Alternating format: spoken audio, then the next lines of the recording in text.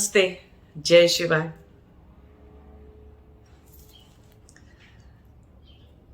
I get this question a lot, that why there are less female gurus. Now, even though it doesn't matter whether it's a male guru or female guru, your consciousness has got no gender at all. You are the self, you are the consciousness, and it has no gender. So first of all, it does not matter. But there are some things that we need to look into.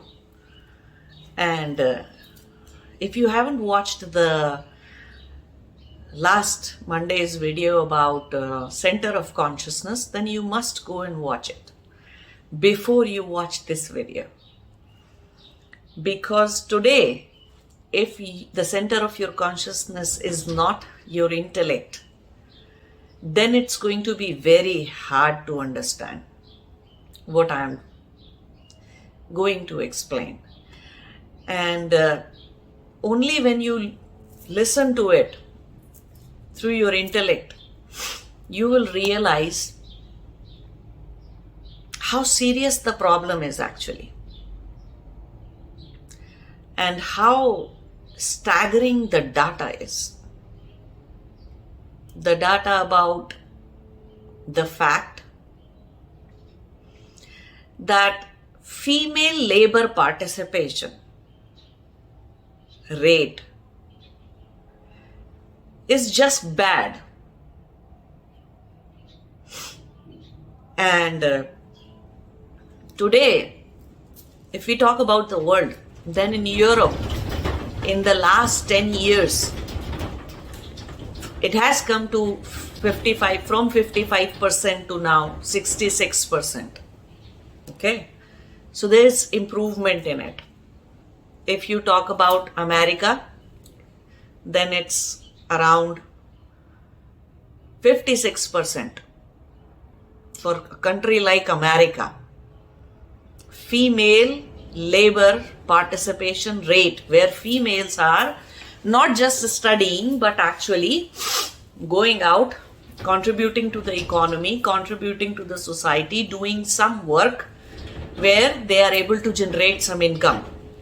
And it's not just about the jobs, it could be entrepreneurship, it could be anything, right? So that's the condition of America. If you talk about Australia, it's a lot better.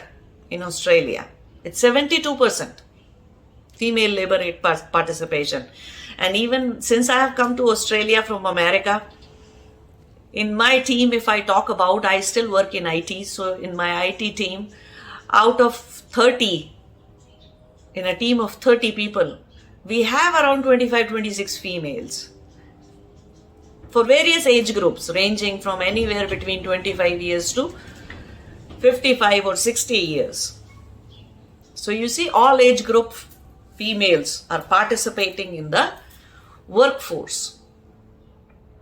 If we talk about Asian countries, then Nepal is sitting at the highest labor participation rate, 83%. Now let's talk about the staggering numbers from India. And that's where we are going to focus today, because when a lot of people, those who have sent me this question about why there are less female gurus, let's talk first about that. Forget about female gurus.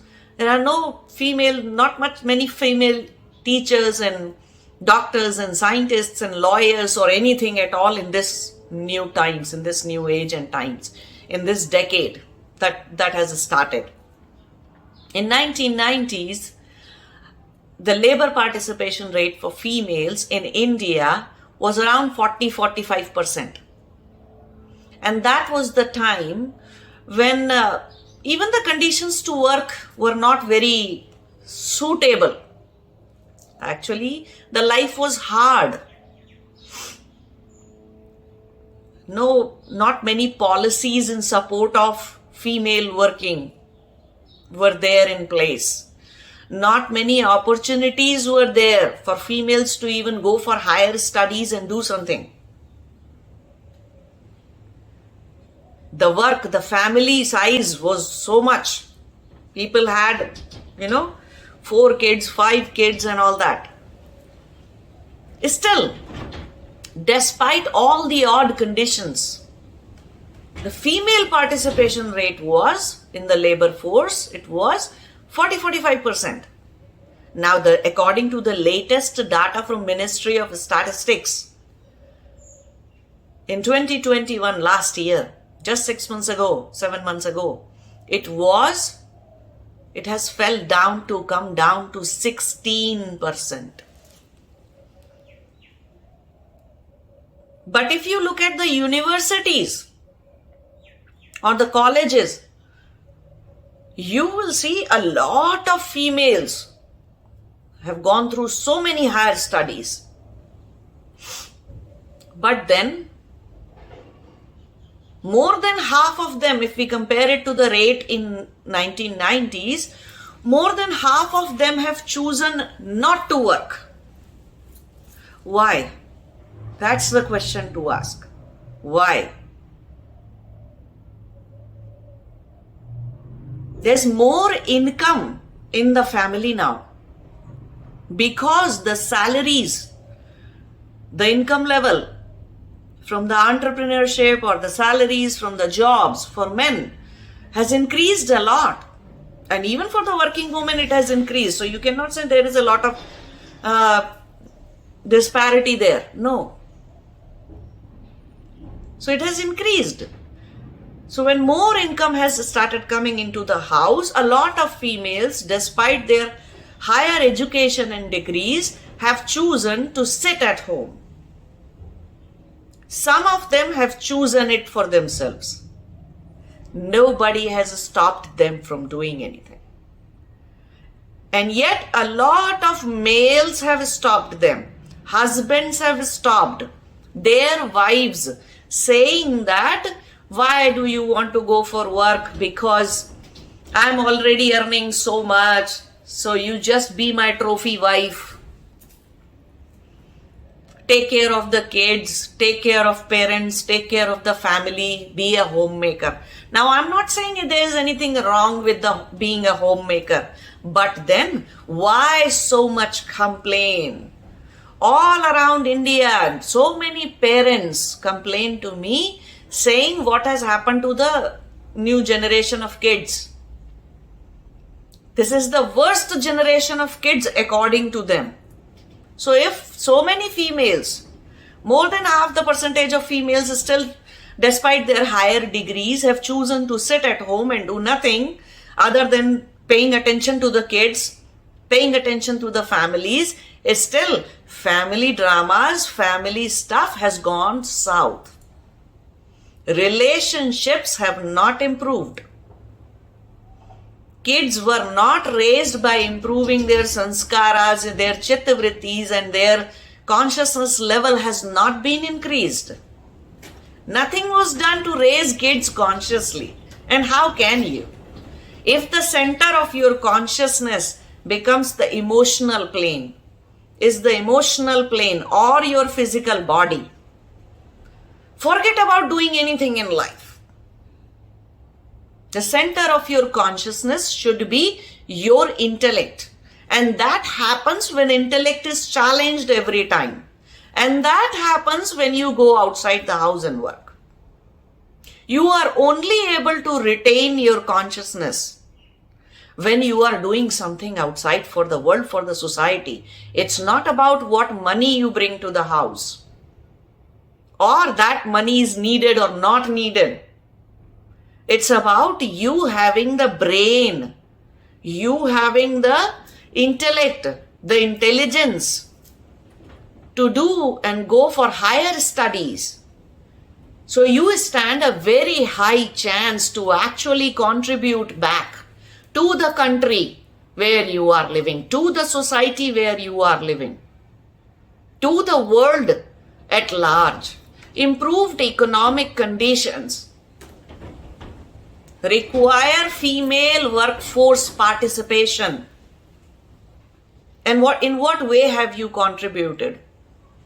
Well, the work that you have done of cleaning the house, excessively cleaning the house, of, paying attention to all those petty things would have been taken care of by that strata of the society where people did not get an opportunity to study like you did. You could have paid them and raised the economic level of their household so that they would have given a good education to their kids. Instead, you chose to take care of and be the manager of cleanliness in the house, food cooking in the house, this and that.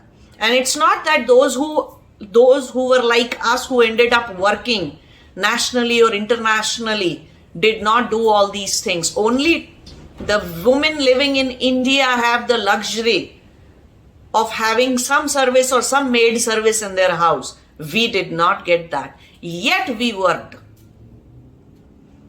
Yet we raised kids. So there's no excuse of sitting at home. No excuse. After studying, after doing bachelor's, after doing master's, there's no excuse. You could have contributed back to the world, back to the society that you are living in. And because of doing that, your level of consciousness would have expanded a lot. A lot. Your level of consciousness would have stayed at the level of intellect instead of watching all kinds of soap operas, series, emotionally drowning and drifting yourself in one way or the other.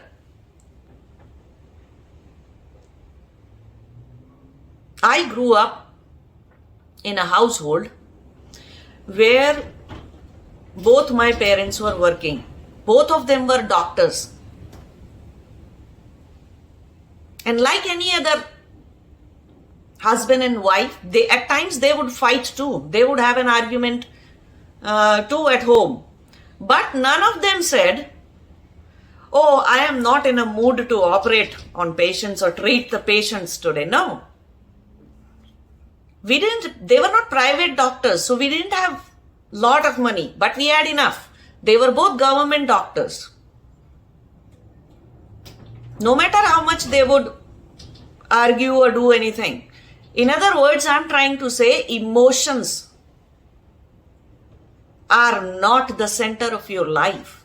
Life is not lived from the emotional plane. Life is not lived by placing your consciousness in your emotional dimension.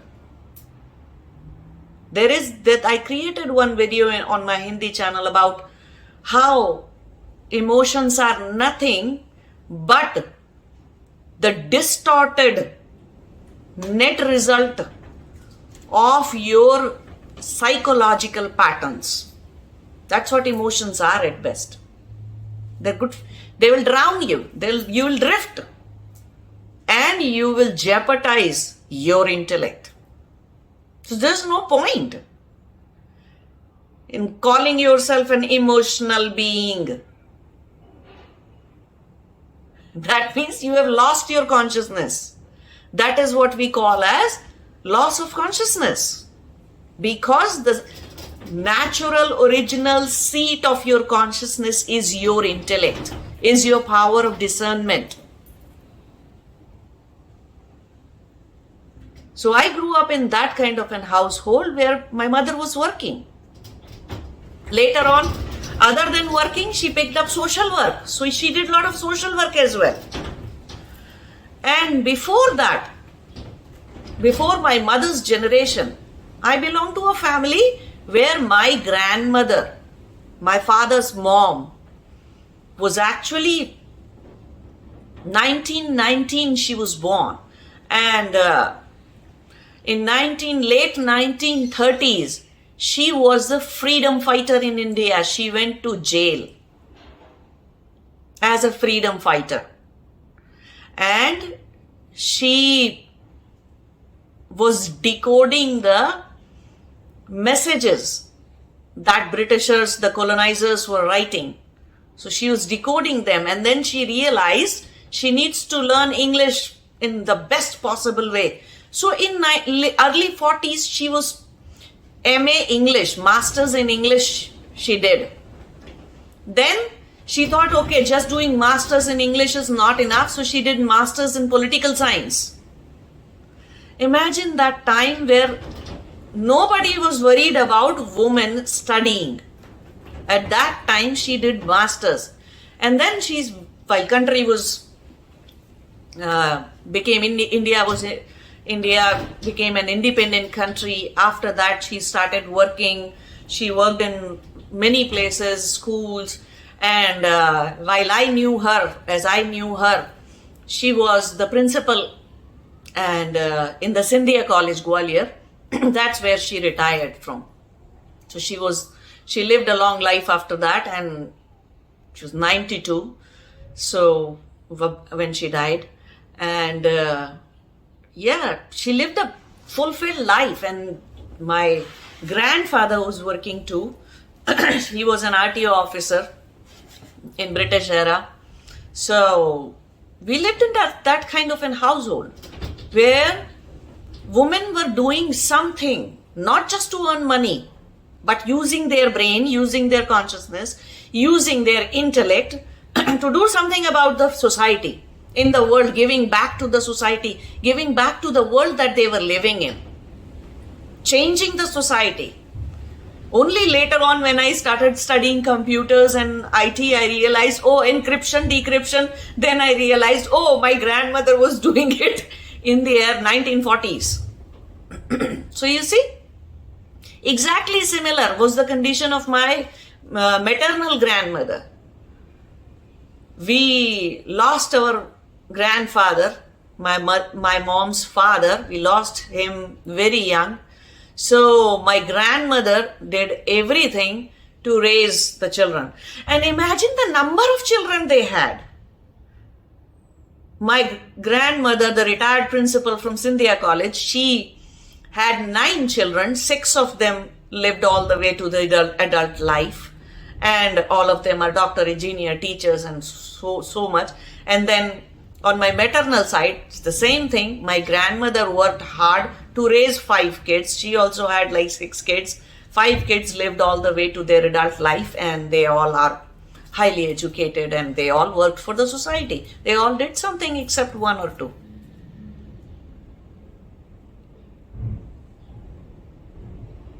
My paternal grandmother had a deeper impact on me, because she ended up explaining to me and narrating all kinds of her life experiences during the British times. And all I saw was courage and the spirit to fight. And that made me realize that we are born in such fortunate times that at least we are not worried about our survival. That today we will be shot dead because there is a freedom fight going on against the colonization. We are born in such a fortunate time, so we must make best use of it. And we are born healthy. There is no scarcity of food or clothes or shelter. Nobody running with a gun on my back, so I can make the best use of it.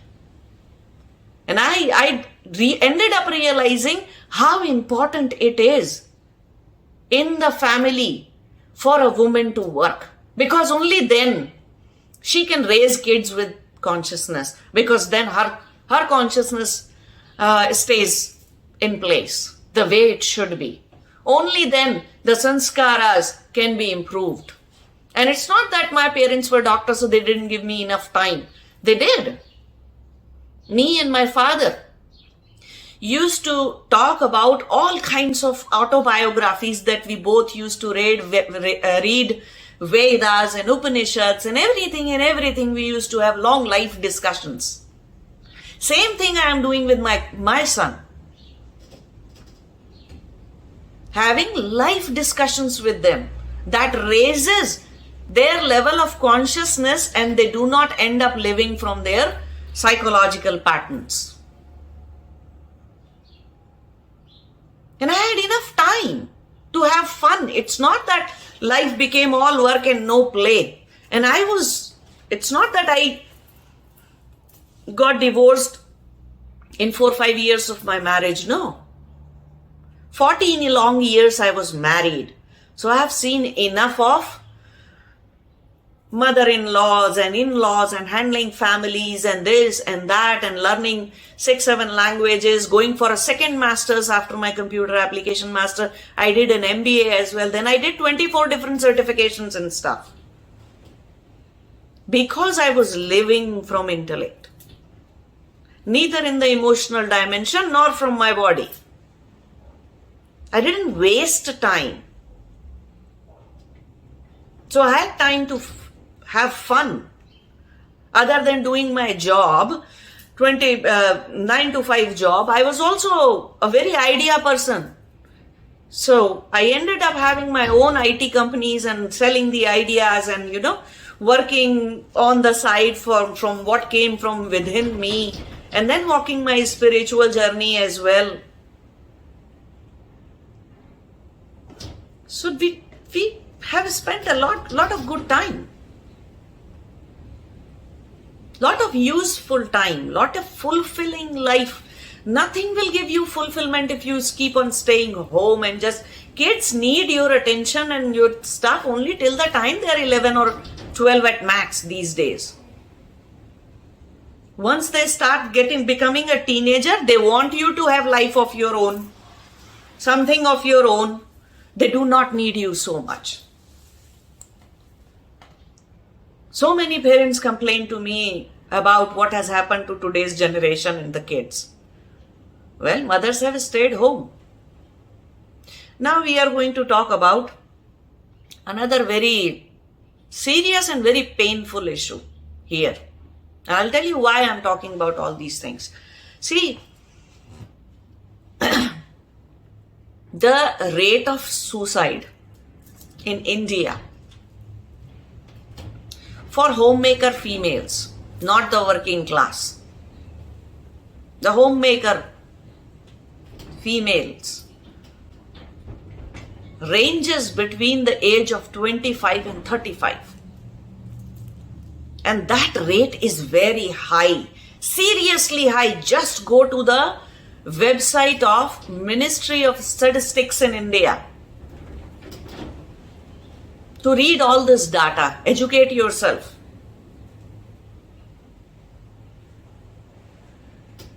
It's a horrible data, staggering numbers. It's very high. 25 to 35 is a prime time of your life. Anybody's life. It's a prime time. And they are committing suicide in that prime time. What has gone wrong into the society? Living conditions have improved. Money, the status in the family, the money has improved. The income level has increased a lot. Comforts in life have increased a lot. Then what's wrong? What is wrong? A lot of people in India, until few months ago, were all shouting, supporting about how many farmers, and I'm not saying that shouldn't be done, but just to give you an idea about how serious this problem is, the females who suicide, the homemaker female suicide rate in India, the age group between 25 to 35, is twice the number of farmers' suicide rate. Twice. It's a very serious thing. Very serious thing. Very disheartening fact this is. But this is not the mainstream media news. This is not published anywhere. Nobody is talking about it. People are very happy when they talk about, oh, foreign countries have so much of divorce rate. Nobody talks about married homemaker females suicide rate in India. Nobody talks about it. You don't want to look into your own household, right? Let me tell you one incident. I was working and living in India at that time, like 25 years ago. And it was Saturday morning, and we were living on the 7th floor. There was a building next to us, which had like 15 floors, about 13, 15 floors, something like that. And so one Saturday morning, as usual, I got up and took my tea, and I was standing in my balcony of my apartment and having my tea. Suddenly I heard a huge thud sound, as if something came down with real bad force. And I looked down from the 7th floor balcony. I looked down. What I saw, I just can never forget. A homemaker lady, 34 years old, jumped from the 10th floor of the next building and committed suicide. And I used to see her. I used to meet her during going up and down in the building here and there and coming out from the society and all that. I used to see her. I just couldn't believe it. How much pain, trauma or whatever, I don't know. We will never know. What she went through, that forced her to commit a suicide.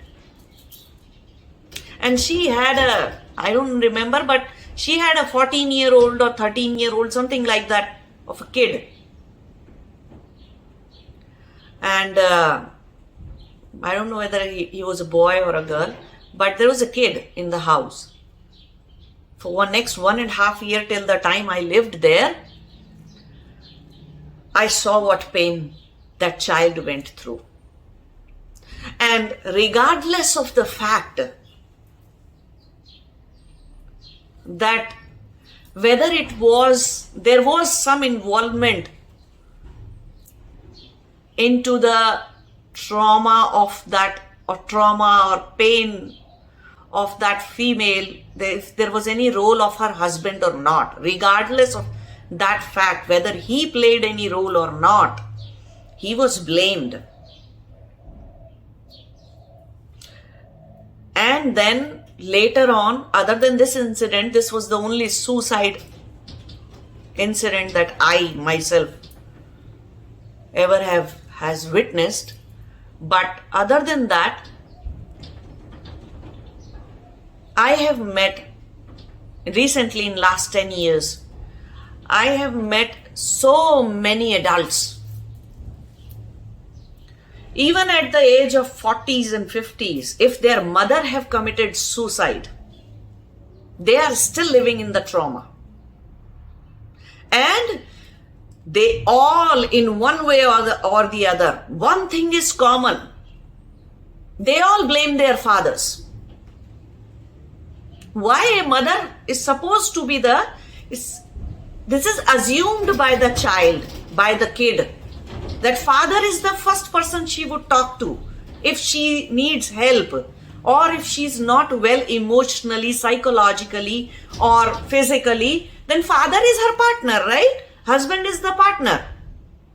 So she could have talked to my father, but instead she hanged herself, or she took poison, she poisoned, committed suicide through poison, or she just jumped.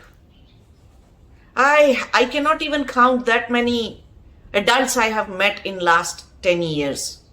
And they are still living in trauma. You talk about their mom and they are in tears, despite their age or anything. You think that pain goes away? No, that pain does not go away. Till the time they are alive, they will not forgive their father, regardless of the fact that their father had any involvement, any hand into what has happened or not. Does not matter.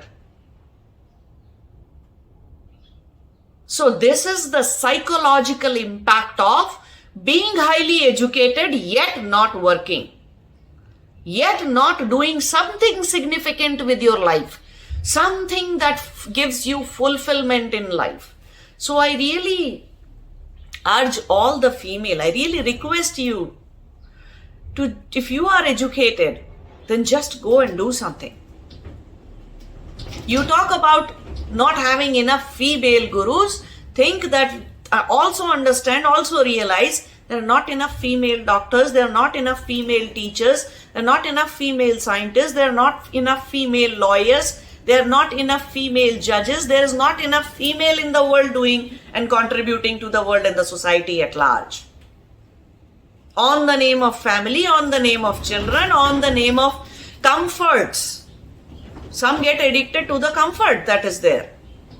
Who wants to go outside and listen to the boss and let somebody else be your boss when you can live in the comfort of the house and do not have to struggle? Some have chosen it. And then some are there because their husbands have asked them not to. Husbands have bound them. So I request all of you males that if you really want your kids to be raised in a proper way, with consciousness, with good sanskaras and chittavrit, not lived by their emotions and chittavritis, then let the woman in your house work. It's not for money, it's for her psychological health that she needs to work. It's a very staggering number. It's a very painful situation in India. Very painful situation. And we call that a progress, right?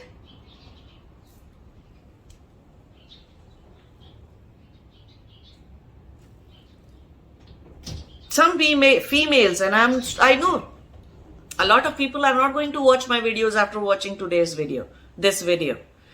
A lot of females write to me that why do not I make more videos in Hindi, and can I translate this video or that video to Hindi? How hard it is to learn English. How hard it is to teach yourself English if you are sitting at home, and these are the females who are homemakers. How hard it is. People do. I went to India and I've lived in India for 23 years of my life, from birth till 23 years of age. I've lived in India. We have visited and did the tourism in so many places with our parents. The kids, the people, those who haven't had chance or opportunity, and they were so unfortunate that they couldn't study beyond 8th grade, 12th grade or anything like that, yet they were the tourist guides and they were speaking fantastic English. Learning English or learning any other international language or any other country's language is not an insult to your own. You are not insulting Hindi or Sanskrit by learning any other country's language or culture or anything. India's culture, civilization, and the languages are not so shallow in that if you learn, an insult will happen to that. No, nothing like that. Learning multiple languages, so many researches have been done that if you are multilingual, your brains have extra neurons working. So that means your brain is sharp. If you are not sharpening your brain, forget about mukti, moksha and all kinds of spirituality. Forget about it. You need a very kushagra, very penetrating and very sharp and pure intellect, even to walk the spiritual path. And from the karmic point of view also, if you want to talk in a little bit higher concepts and facts and stuff, then you need to understand, you should be earning yourself. Nobody should be liable for the food that is there today in your plate. That's a karmic imbalance that you are creating. That's a bad karma you are accumulating. Anybody who chooses to not work, not earn their own food, for their clothes, for their shelter. Those who cannot have cannot get food, shelter, and clothes on their body, those who cannot achieve even that much, are not going anywhere on the spiritual path. Forget about it. Karmically, that's not a very good thing to do.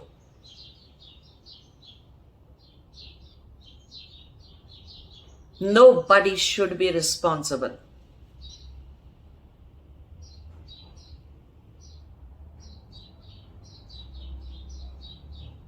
I don't know what has happened to the females in last decade. Why have they chosen not to work? Why are they not working? What so much about, money? Life is not all about money.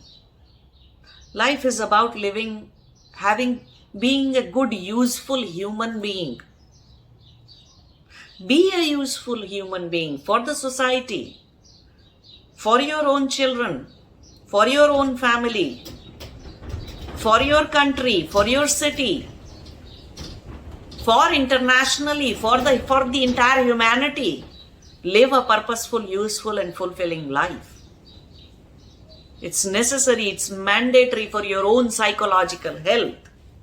Otherwise, why such a suicide rate? Such a staggering number. Why?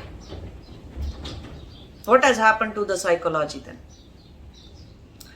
Why every now and then so much of increase in the society about going to the psychologist, and why so many psychological issues?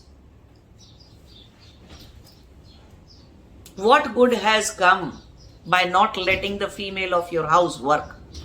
What good has happened?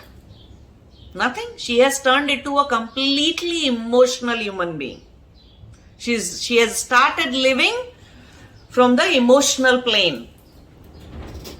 The girls who studied with me, a lot of them came outside the country, and it's a good thing that they did so. You need to really feel bad about the condition of resources and the population explosion that's happening in India. Especially when you are not working and just staying there, not contributing to the country's resources and enhancement of anything in the country, in the society, in the city, then it's really bad. A lot of us who came out, we did not get a lot of help in getting the housework done while we were working and while we were raising our kid. You had to do a lot. Yet we had time to entertain ourselves.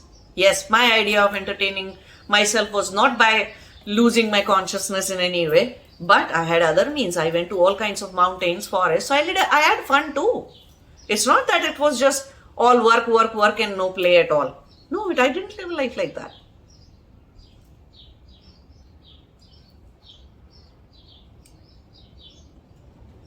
And in the end,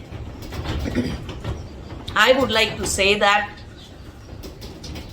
even one higher concept, if you would like to talk about why there are no female gurus, you need to understand that all kinds of spiritual gurus are trying to teach you through different means, through all kinds of Tantra, Mantra, Japa, this type of Kriya Yoga, Hatha Yoga, this yoga, that yoga, this kind of Yantra, Mantra, all kinds of modalities that we have for spirituality. All of them are trying to teach you only one thing: surrender, samarpan. That is what is being taught to you.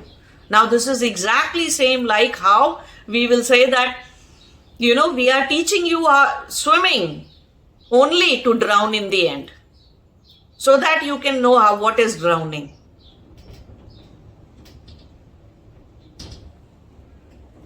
Can surrender be taught? Can we teach somebody how to drown?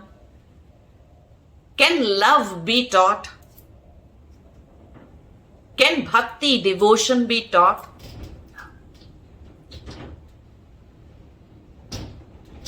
Nothing. That is actually needed in the end for samadhi, for enlightenment, for self-realization. The last state that is there, which is samarpan, surrender, out of bhakti, out of devotion, cannot be taught. Only by living life, one can teach somebody something about it. My grandmother did not teach me the courage. Courage is also another thing that cannot be taught. She didn't teach me courage. She just lived life in a very courageous way. Lot of women and men around me lived the life consciously. It cannot be taught. Only by living life that way.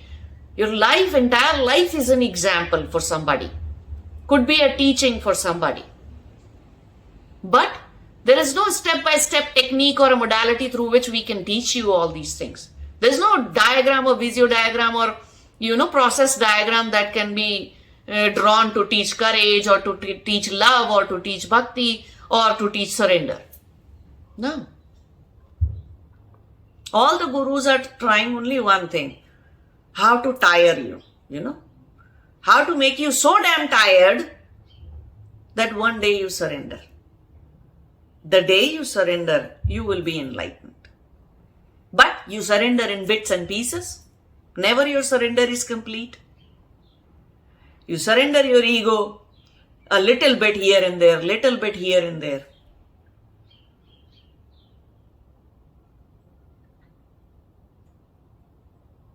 Because of what is being taught to you.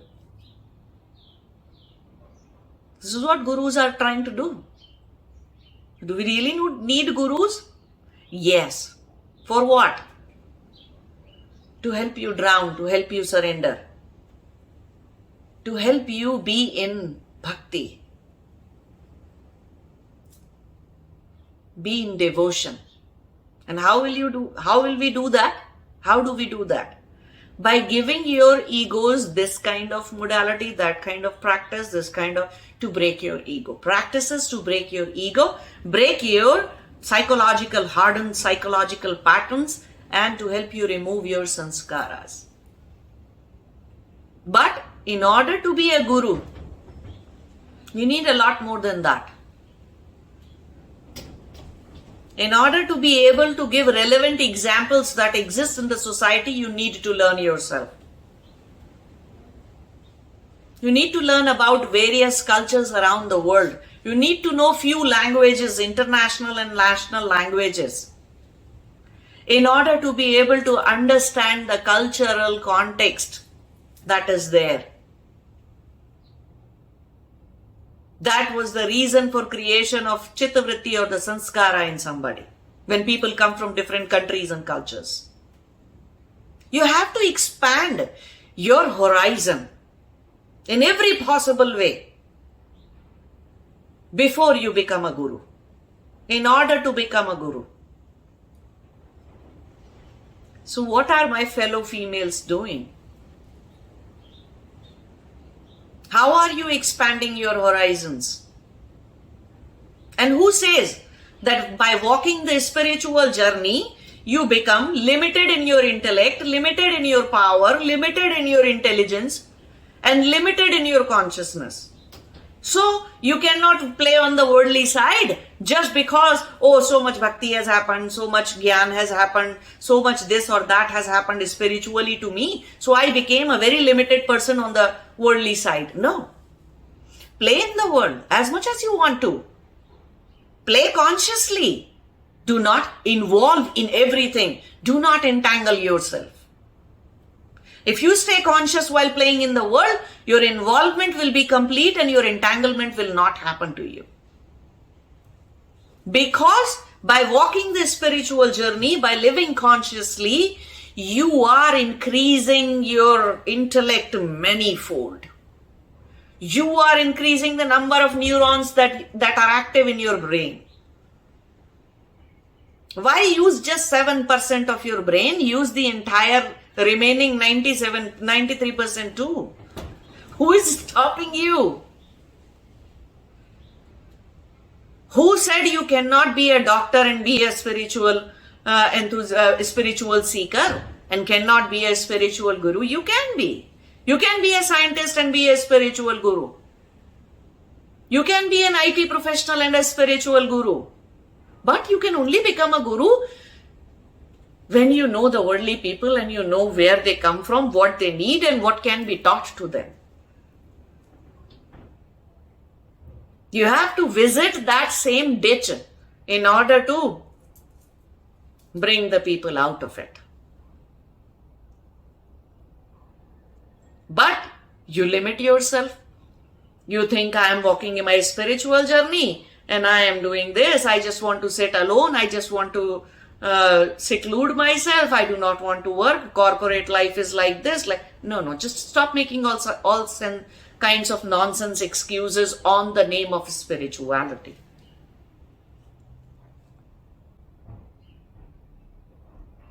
In the end, you are the kind of people who will end up saying, Na Maya Mili na Ram. Neither I was successful on the worldly side, nor I am successful on the spiritual side. Because you cannot operate in life from the place of limitation in you. You are boundless. You are limitless wherever you want to play. Whichever field you choose to play. So I really request all the females of India that please, let's stop this suicide. Let's reduce this suicide rate. Contribute to the world, contribute to the society. And that is true for the women at large around the world. Why country like America has 56% of female labor participation rate?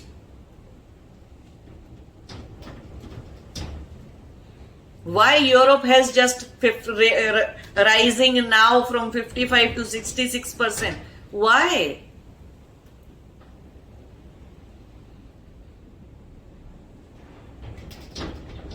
Use your education, the opportunity.